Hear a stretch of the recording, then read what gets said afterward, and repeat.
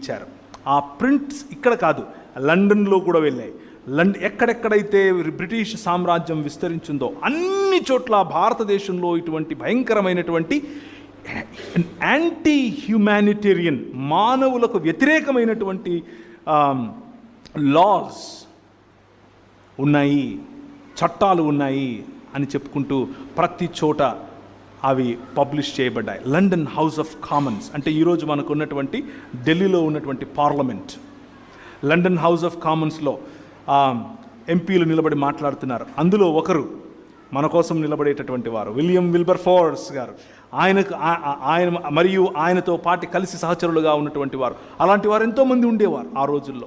దేవుని వాక్యము అనేటటువంటి 66 పుస్తకాలు ఉన్నటువంటి ఈ బైబిల్ గ్రంథము యొక్క దృక్పథము తెలిసిన వారు.